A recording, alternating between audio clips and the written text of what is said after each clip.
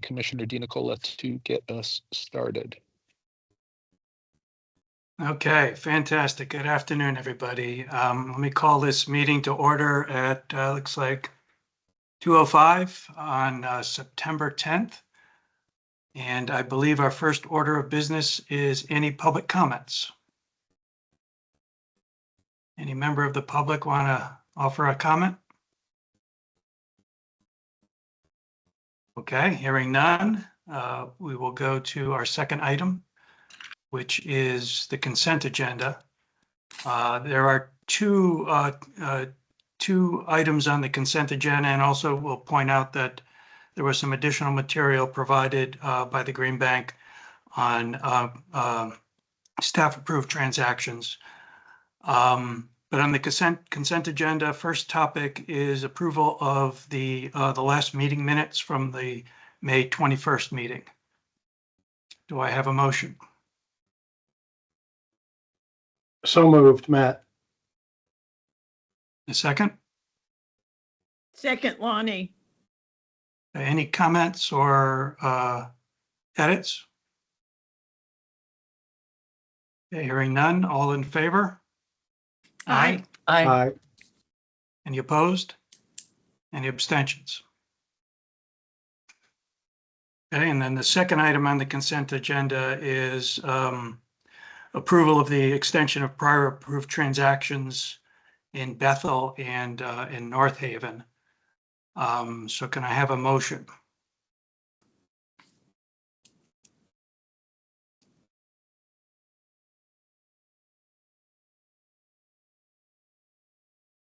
This is Lonnie. I'll move to approve. Okay, in a second.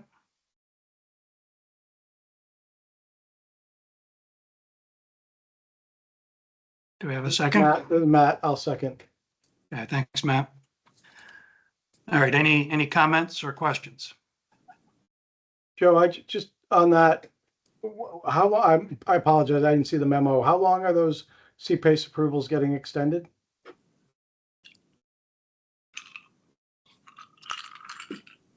They're Brian, extended you for wanna- it's the standard 120 days. Okay. Thank you. I think we need a vote. I'm sorry to interrupt. no, good question. Any other questions or comments?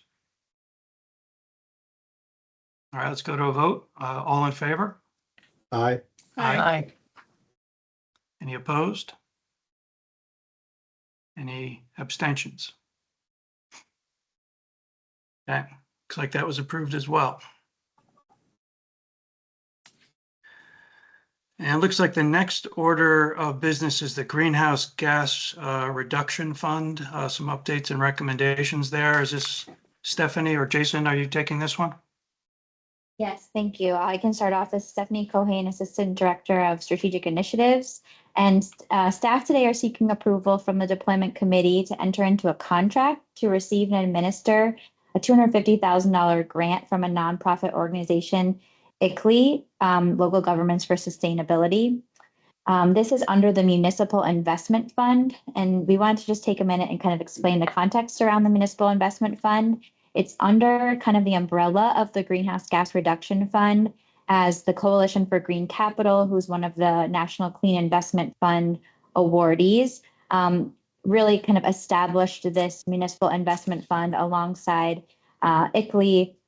They've kind of designed the structure of the Municipal Investment Fund, and it's kind of flowing through their National Clean Investment Fund awards and work plan. So that CGC has contracted with ICLEI to serve as a program administrator. So early back in 2025, earlier this year, ICLEI opened an application process for the Municipal Investment Fund where they're really looking for local communities ranging from 10,000 to 750,000 to apply. And these communities needed to have at least one low income and disadvantaged community, kind of a federal community definition within their jurisdiction. These local communities were encouraged to apply with to work with a green bank or nonprofit organization to ultimately receive and administer the funds, kind of just for an administrative efficiencies purpose. So, and Jason will talk a little bit more about that process and our role in it kind of to date, but just wanted to say that based on the kind of flow chart here, we're at the stage where ICLEI has selected 52 communities that had applied earlier this year, the city of Stamford being the community selected in Connecticut. And so that this grant approval that we're seeking, or grant agreement approval, would be to receive and administer grant funds kind of received on behalf of the city of Stamford.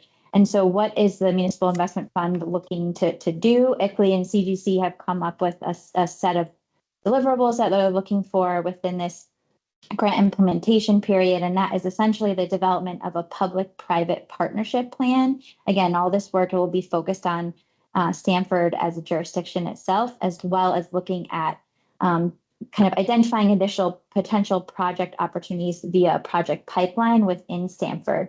The kind of overarching goal of the Municipal Investment Fund, as we understand it, is it's part of this upstream kind of market building investment opportunities for local communities, with the ultimate aim of accelerating the deployment of capital for clean energy and other types of qualified projects in these local communities. And again, in this case, it would be within the city of Stamford with a kind of a environmental justice community focus.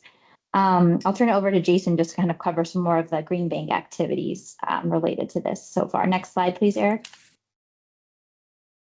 Yeah, thanks, Stephanie, and good afternoon, everybody. Jason Velasquez, Manager of Community Outreach here with the Green Bank. In the process of determining our outreach strategy, we reached out to 6 different communities based on which communities in Connecticut had higher percentages of low-income disadvantaged communities, again, basing on that federal definition as Stephanie stated there. So we reached out to Bridgeport, Hartford, New Britain, New Haven, Stamford, and Waterbury.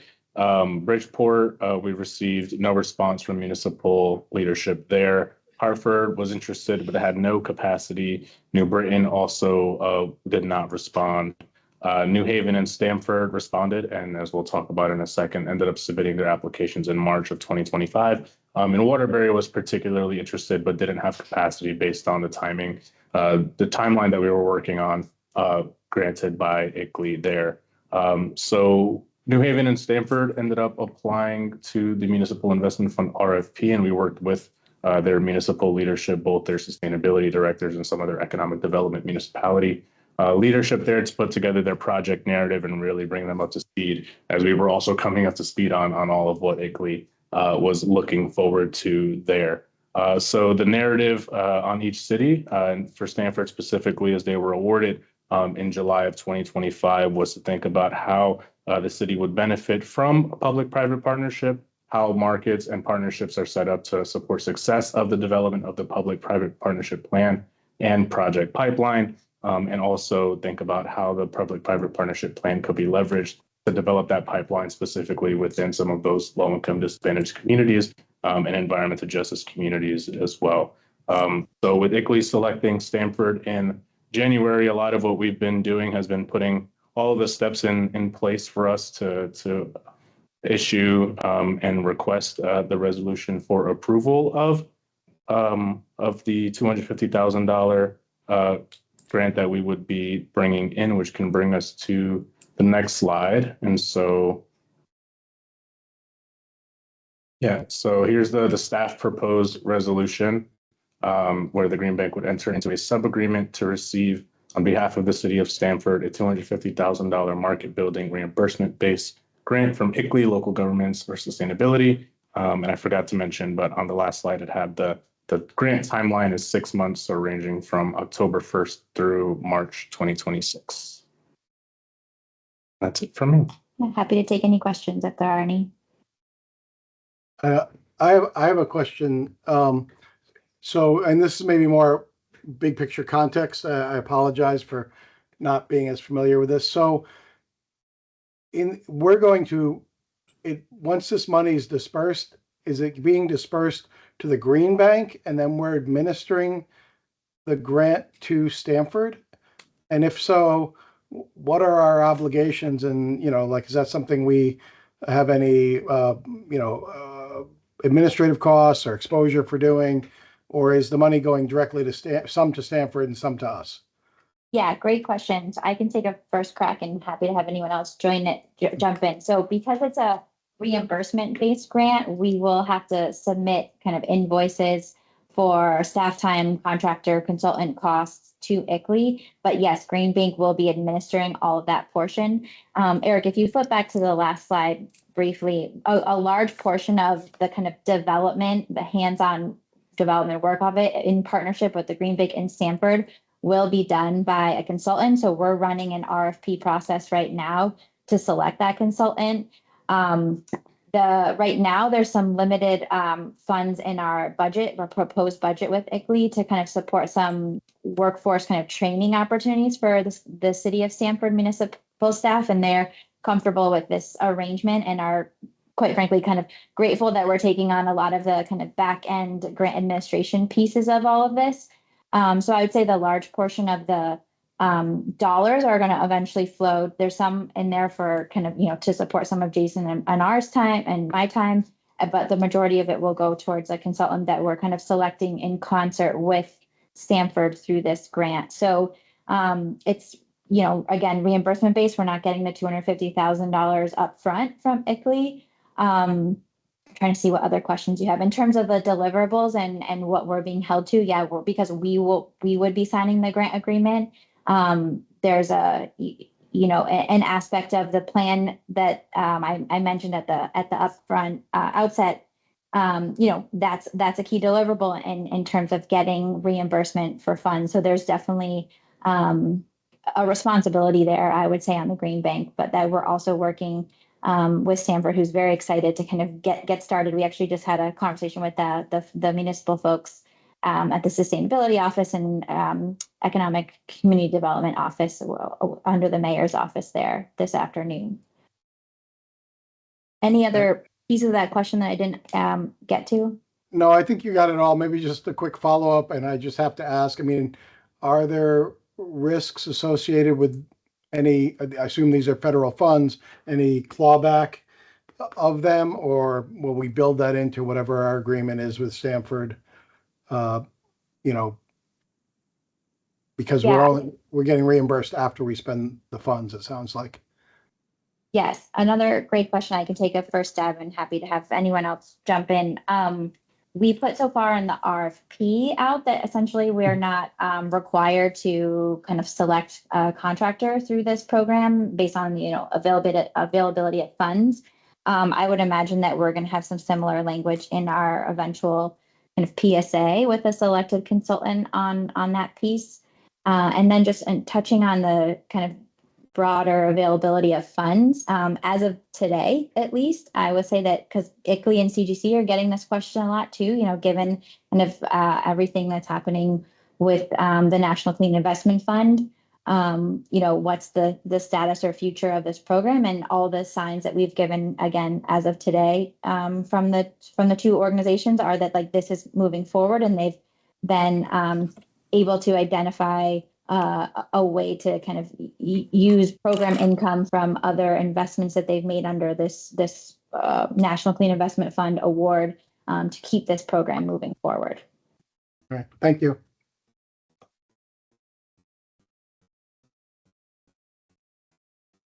Any other questions?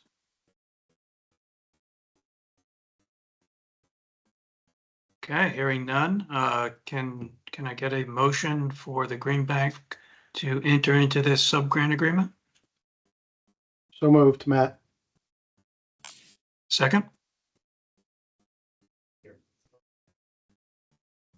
I'll second Lonnie. Okay, thank you, Lonnie. Any other comments or questions? All in favor? Aye. Aye. Any opposed? Any abstentions?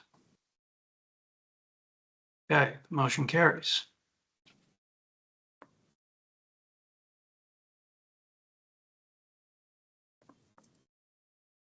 All right, moving on to our next item.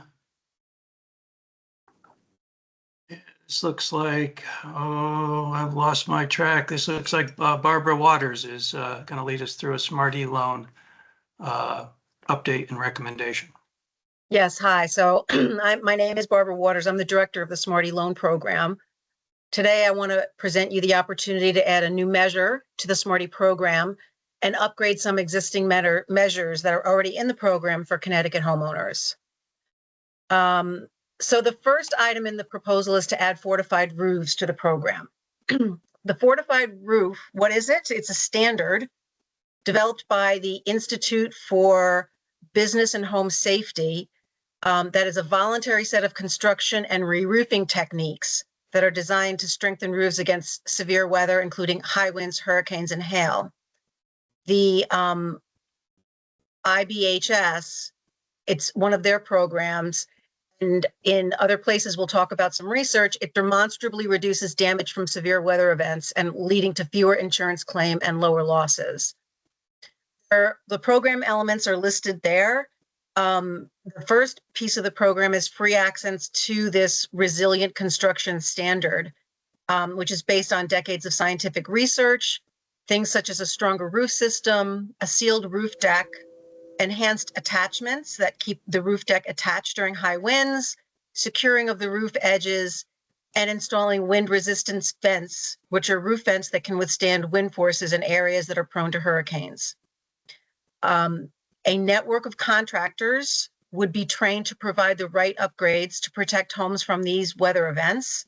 There's also third-party verification that the upgraded materials and installation methods meet the standards. So there's a built-in inspection and verification process into the elements of the program. Next slide, please. Research has demonstrated the value of this standard in protecting vulnerable homes. Since 2015, Alabama has provided grants to more than 8,700 homes through their Strengthen Alabama Home program. After Hurricane Sally hit the state in 2020, the Alabama Department of Insurance collected data around insurance claims. And based on the difference in claims between fortified and non-fortified roofs, they determined that if all the homes in the sample had been fortified, the claim frequency could have been reduced by between 63 and 69%. Claim severity could have been reduced by 20 to 37%, and the loss ratio of losses to premiums could have been reduced by 51 to 69%. Next slide, please. The study also found that fortified roofs have positive impact on the resale value, which outweighs the cost of retrofitting to the higher standards. And because of the existing Connecticut roofing code already includes some of the fortified elements, the average increase in cost for replacing an existing roof with a fortified one is expected to be between $1,500 and $2,000 on top of what they would be paying for re-roofing their home. The Connecticut State Insurance Commissioner commissioned a study around severe weather mitigation and resilience in the state and wants to collaborate with the insurance industry to demonstrate how they can encourage Connecticut homeowners to choose a fortified roof. They're planning a pilot program sometime over the next 18 months, but getting the fortified roof standard approved as a measure within the Smarty program is one of the first steps in that process and also makes this standard available to people right now. Next slide, please. So we've done some calculations on the roofing and insurance market in Connecticut. The state has about 930,000 homes with an assessed value of $260 billion. In 2022 alone, Connecticut residents paid $1.8 billion in home insurance premiums, made 32,000 claims for weather-related damage, and received nearly $700 million for those damages. There's clear that there's a significant opportunity to improve the resiliency of the state's homes with the fortified standard. And with about 27,000 roofs being replaced annually, just the fortified part alone could be a market of between $28 and $55 million. Next slide, please. In terms of implementation, the program requires that a roofing contractor be trained in the standard and that an IBHS-approved evaluator examine the project both before and after construction to ensure it meets the program requirements. There are currently 8 roofing contractors who are certified to offer this standard in Connecticut, and there's 1 evaluator. The Green Bank would work with the IBHS to select and train more of both types of professionals here in Connecticut as needed for the fortified standard. Lender support, contractor outreach, marketing, and operational support are all either in place or are in planning to support this new measure. Before I move on, are there any questions on fortified roofs?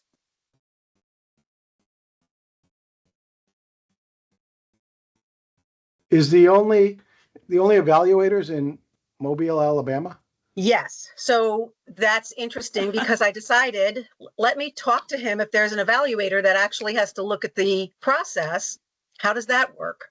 So I called him up and he is located in Mobile, but he has a network of insurance adjusters around the country that are trained to take the right photos that he needs in order to evaluate this process. So he will reach out to his network of adjusters, say who's interested. We've got a house being re-roofed in Southington to the fortified standard. Someone will raise their hand. He picks them. They go take photos before and they take photos afterwards. And he is able to do the evaluation and do the approval remotely. And this has been approved by the IBHS. So he is in line with the group that actually created the standards and has no problems with being able to evaluate and approve projects remotely. So do we think in the future with more evaluators, Yes. that it may be these sort of off-site, not in-person visits to evaluate? I think for now, we can launch it knowing that we have contractors in the state that can build to the standard, and we have an evaluator who can evaluate the standard, so that we have the pieces in place to be able to have someone, want to get their roof certified and want to take advantage of the Smarty program. Moving forward, we'll be working with the insurance department and IBHS to determine how do we create more evaluators in the state. You can see here that an evaluator is needed as an estimate of how it was done before. For every million, they did it in the past with grant funds. So if we are doing 1,000 home target, we'll need 10 evaluators. So we'll be working with them to set up a process and as part of the pilot to train them. And we also work with them to set up training sessions to train both the contractors on both the fortified standard as well as how they can participate in the SMART-8. So this is just to get the ball rolling. We have some structures in place. They're not the ideal structures, and we'll continue to grow that as time goes on. And just sorry, one last question. I know we talked about this in the resiliency side. Fortified's a standard, right? But who Yes. administers it? Is it a company? Are they a nonprofit? Are they what is the entity that approves these evaluators, administers it, and sets the requirements for the fortified standard? It's called the Insurance Institute for Business and Home Safety, also known as IBHS. Okay, so they're the okay. All right. Yes. Yep. And we're actually working through the insurance department, the state, and the leadership there. We're working with them, and they'll be a key part of this pilot moving forward to make sure that what we're doing is going to adhere to their standards.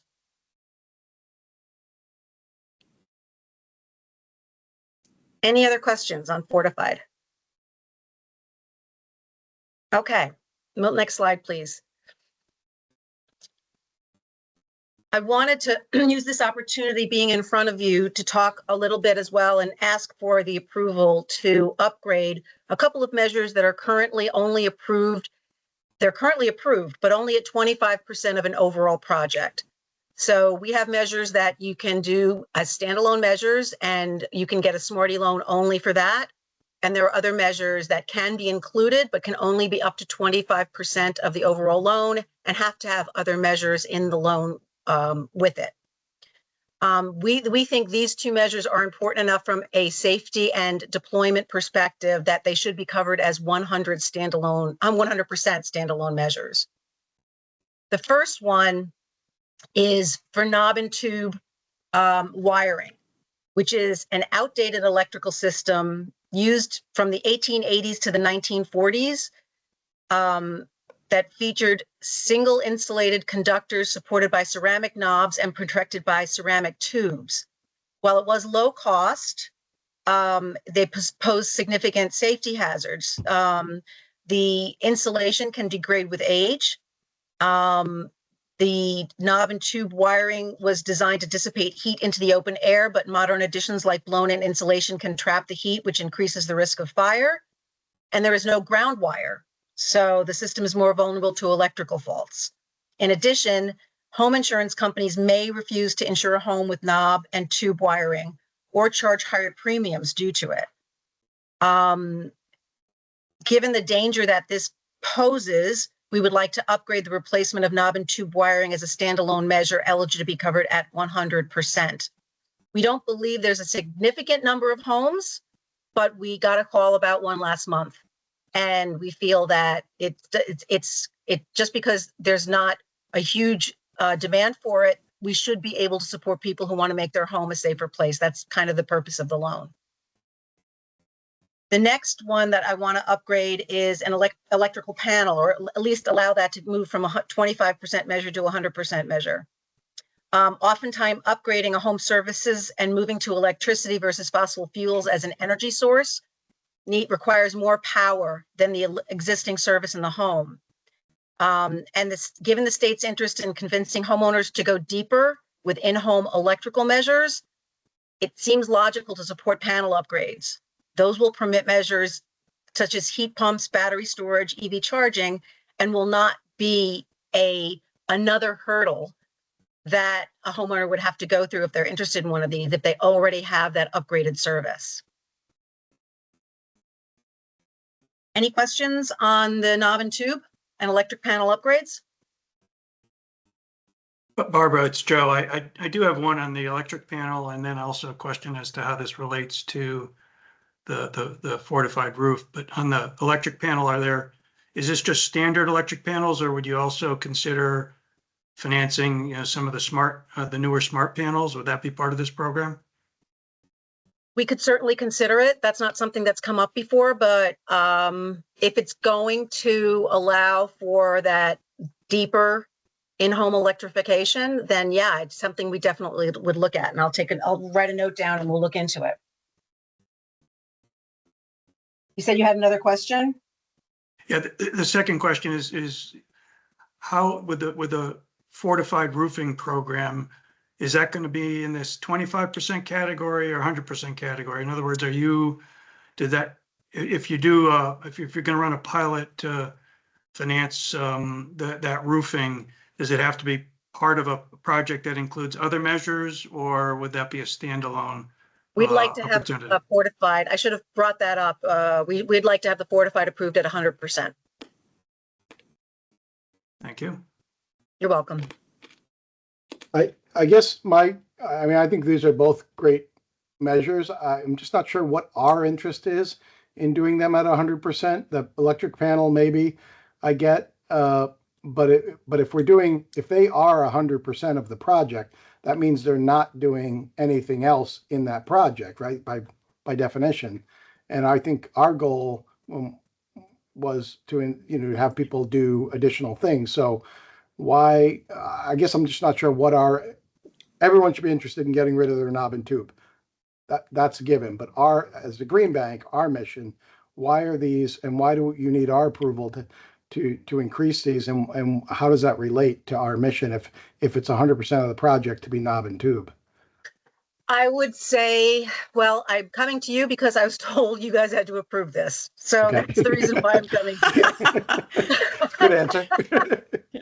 So the knob and tube for us is an issue where it blocks getting anything else done. And there are times when people want to do things in pieces. So you could say that someone wanted to do, we had somebody that called in and did knob and tube. They wanted to take it step by step because they couldn't afford to do everything at once. So if you only do the knob and tube at 25%, they're going to have to dedicate a lot more of that money that they're reserving for that for other projects to get the knob and tube done. When they can finance the whole thing, then they might be able to throw something else in and finance a larger load. But it's for the people who need to take it in steps because they can't afford to do everything at once, even on a loan basis.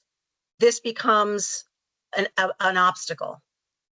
And So- again, to be clear, I think it's a great thing to have done, but I think about like, how do we, on this program, how do we handle things like asbestos? Because I know there were a lot of health and safety issues we were encountering early on that fit into that same logic you were just suggesting, that they were really impediments to other goals that we had. But I don't think we allow funding for removal of asbestos Yes. at 100%? Yes. We do. Okay. I thought, because I thought we didn't, but if we do, then this would be consistent with what we've done in that area. It sounds like. Yeah. It's, asbestos, mold, those health and safety. We have a whole category of what we call our health and safety issues. Yeah. And so this kind of falls into both because clearly it's a safety issue. And at the same time, it's also an upgrade issue so that they can bring more electrification into the home. And on those other ones, it can be 100% of the project. Yes. Okay. Great. Boy, that's really good of us. Whoever did that was smart. This is Lonnie. Just a quick question. Does this pull us into any historic district battles? Because this sounds like knob and tube would very much be in some of those older historical homes. And I know, there's all kinds of concerns that there's going to be solar panels in those roofs and, all the aesthetics of that. Does that kind of pull us into that kind of situation in any way? Or my understanding is no, because all of this is done internally in the home. There is nothing that affects the outside look or presence of the home. So when you're dealing with, as we have in the past, using the ERA funds for special offers, when you're dealing with putting up solar panels or you're dealing with having heat pumps that are exterior to the home, that's where there may be some concerns, but both of these are completely internal to the home. So I don't foresee any issues. And you can always say that they're fire hazards. Absolutely. Unless we come in there and fix it and do the right thing. You're right. Well, let's get the electrical panel upgrade done, and then the homeowner can figure out how to deal with, a 100-year-old building, how to get that approved through his local state historic district. But let's not have the electrical panel also be an obstacle to that. And the other thing, just to Matt's question a second ago about these being standalone and other wanting people to do more and do additional, oftentimes homeowners might finance the new heat pump that they're installing through whoever is doing the installation, or the solar through whoever is doing the installation, but the knob and tube or the electric panel could still be a barrier, and that financing is not available from the dealer.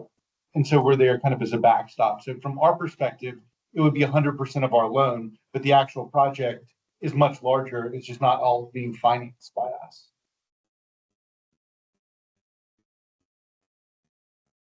Right. And Eric, it's a good point, and I agree. But and I would support if we had sort of 100% with some association with another project. But given that we do this in other areas, that's fine. I think one of our concerns originally was, at what point do we just become, like a second mortgage to do whatever you need to do in the house, as opposed to sort of green bank measures. I guess that was my concern. But on the other hand, if we're doing this for health and safety in other areas, these certainly knob and tube is a safety issue as well. So I'm comfortable with it, but I do think as we expand what can be done at 100%, we're starting to cover a lot of the house and the home systems, which again, maybe that's not bad and we want people to use it, but I just was trying to keep an eye on the nexus to our mission. It's interesting that you say that, because obviously there's a lot of phone calls we get from consumers asking us if a certain measure is covered, and it oftentimes isn't. If it's not, if it's not on our list, we won't go to really do something else. So, one of the things that I want to do, since we're at this point kind of open with our EI framework, that we're open to looking at new measures, is to come up with a evaluation process for any new measures that come to us, so that we will be looking at them. We'll be looking at the market for them. We'll be looking at what the contractor base is for them, so that we're trying to front load a lot of the questions that we have, and take care of those before we bring them to you. Thank you. Any other questions? Okay, I think the next slide is the resolution.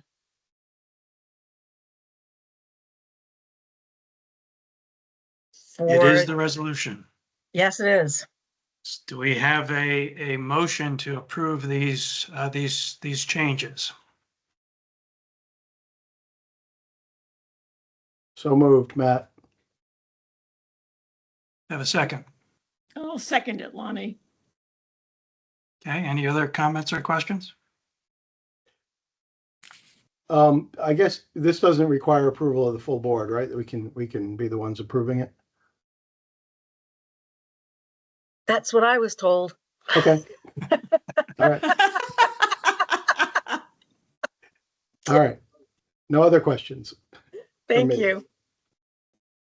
Great. All right. All in favor? Aye. Aye. Opposed? Abstentions? Okay. Motion carries. And let's see, our next agenda item looks like our financing program updates, and I think Mackey's going to be doing this. Yes, thank you, Chair DiNicola. I saw the note about I'm having to drop at 2:55, so I'll be quick here.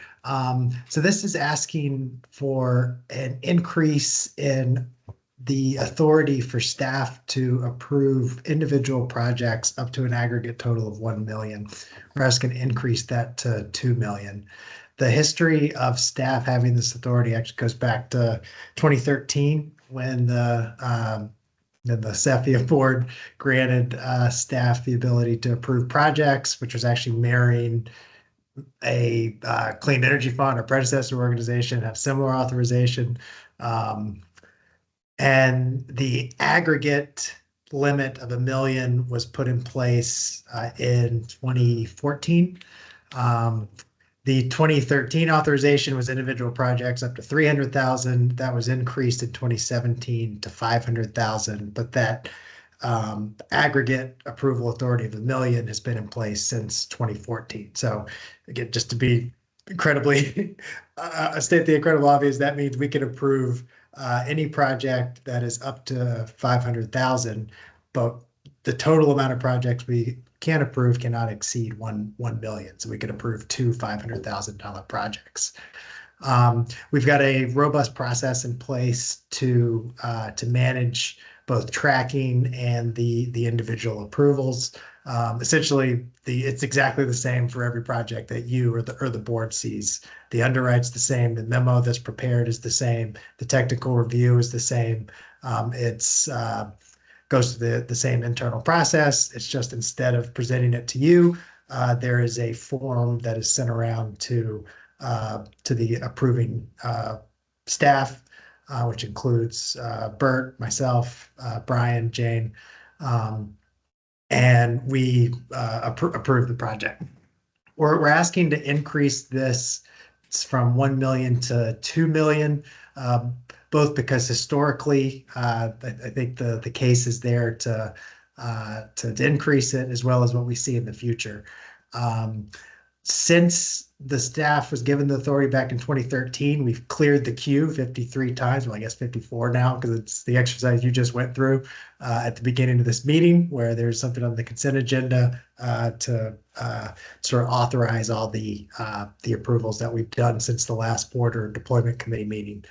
18 of those times, there was not room for us to approve another $500,000 project. The one you just approved is a perfect example of that. I think it was 730,000 total authority we'd use. So we were limited in projects we could approve. So we're making use of this authority. And as we look going forward with the changes to the ITC coming, we're going to have borrowers that are they'll be looking to have their funding in place before the end of the year so they can do what they have to do in terms of equipment purchases to preserve the ITC prior to restrictions coming in place in 2026.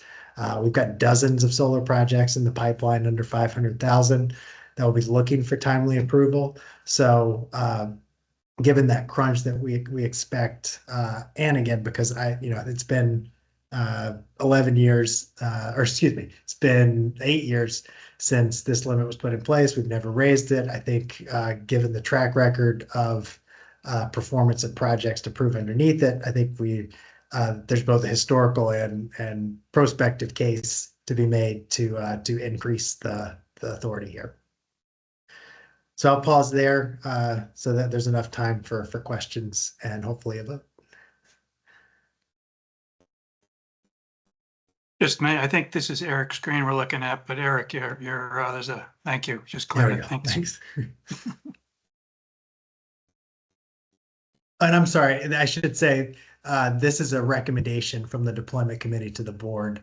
We'll actually also take it to the ACG should this committee be in favor of that. That's just the precedent for how we manage process and staff authority changes like this.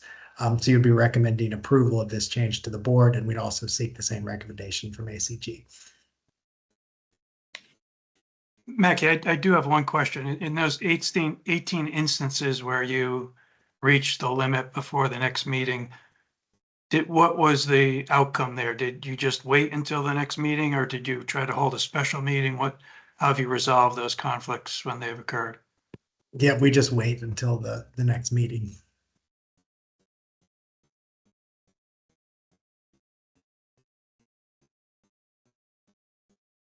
Any other questions? I know Mackey's waiting for me to ask a question, but I'm not going to. Save it for the next. I think you'll have questions on my next item. No. I'm just joking. If no one has questions, I'll make a motion to approve resolution 5. And this is Lonnie, I'll second. Great. And it didn't sound like there's any other questions or comments. Vote on approval of the motion. All in Aye. favor? Aye. Aye. Any opposed? Abstentions? Okay, resolution 5 passes. And is that our last item of business today? That's our last vote. But we actually forgot to put this in as a standalone item in the agenda, but I think we could shoehorn it into this item. This was an update that we promised at the last board meeting. So I wanted to give it, but this does not require a vote. So Kim, I know you have to leave at 2:55, so don't feel like you need to, hopefully it might not take that long, but I'll hang in there feel free to drop off. Thank you for as long as I can. Thank you. Yeah. So at the last board meeting, Brian Farnan and I think Alex too, Alex Kopnenko talked about the one big beautiful bill and the changes that it made to the clean energy policy framework we live under, in particular the investment tax credit. And we mentioned that we were taking some actions to preserve, or the term of art is safe harbor, the tax credit for a number of projects that were under development under the Solar MAP program. We'd assume the tax credit for those projects, so we wanted to make sure we were going to capture it. What that involves is it involves starting construction prior to the end of 2025. If you start construction on the project in 2026, then essentially some equipment and funding and counterparty restrictions come into play. So we were seeking to avoid those and start construction this year. If you're under 1.5 megawatts, starting construction can mean what it sounds like, or excuse me, if generally starting construction can mean what it sounds like, which is actually physically starting construction on site. Or if you're under 1.5 megawatts, it can mean purchasing equipment, which for many projects where you just can't start construction yet because you don't have permits or everything in place yet, which is the case for a number of our projects. That meant we needed to spend at least, I think I said 10%, but it's actually 5%. We needed to spend at least 5% of project cost in order to quote unquote start construction, so that we would preserve the tax credit. So we looked at our MAP program. I've sort of broken it out into our different types of projects here. The first two rows are projects that we have successfully safe harbored. We've got 14 projects with the state, just over 11 megawatts, where we have made equipment purchases for just over 3 million to preserve the ITC for those projects. And on the affordable multifamily side, we have 8 projects that we have for just under 7 million total project costs, where we've spent just over 1 million to safe harbor those. We have 2 other portfolios where we're working towards a safe harbor. We have 11 affordable multifamily projects for just over 2 megawatts. We we just extended the RFP for contractors for that project. We got a few bids in, but some contractors asked for more time. So this is an estimated project cost. And then even though you need to spend 5% to safe harbor the project, we like to spend 10% at minimum, because project costs change. They can go up, and you never want to, if you spend just 5% and then your project cost goes up a few months later and you've no longer spent 5%, but a smaller number, you haven't safe harbored. So we do 10% to be safe. So you see the potential safe harbor spend here of 10% of that estimated project cost. And then we have 5 municipal projects, which are also have RFPs underway for, which once we have the contractor selected, we hope to safe harbor. So that we're looking at overall, we've spent just over 4 million, and we would anticipate spending another 1.4 million to preserve this portfolio of 38 projects, 18.7 megawatts for just under 50 million. And this is all using the Solar Staff Authority, both on the state and just general commercial, which affordable multifamily municipal fall under. But given sort of the unusual times and this is outside our normal process for spending on these projects, wanted to provide this update, and we can keep doing so.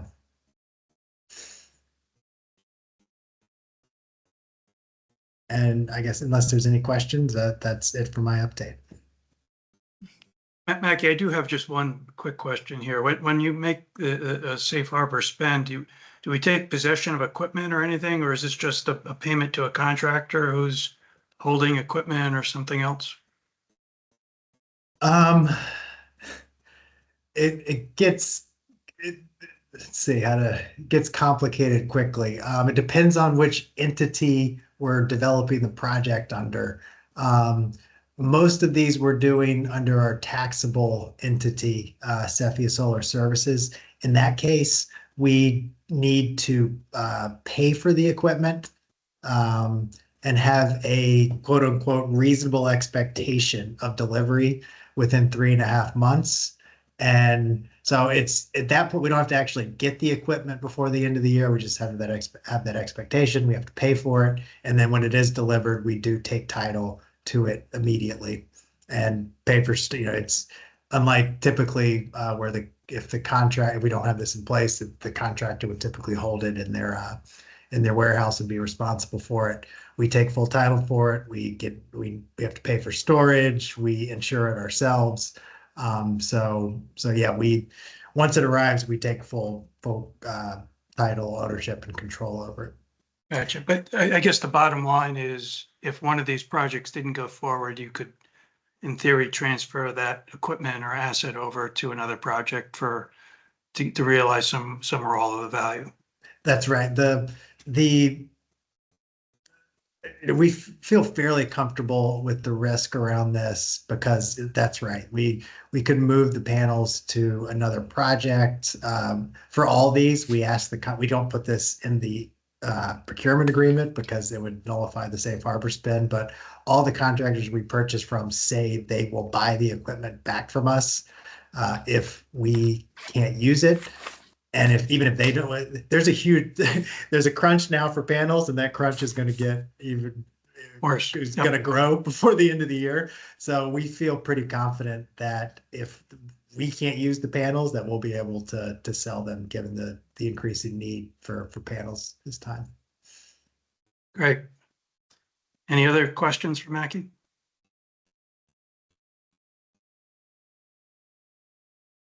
All right. Any other agenda items?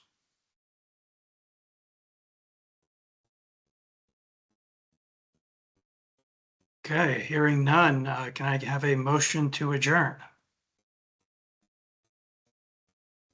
So moved, Lonnie. Second, Matt. Okay, we're adjourned. Thank you, everybody. Appreciate it. Thanks, everyone. Thanks.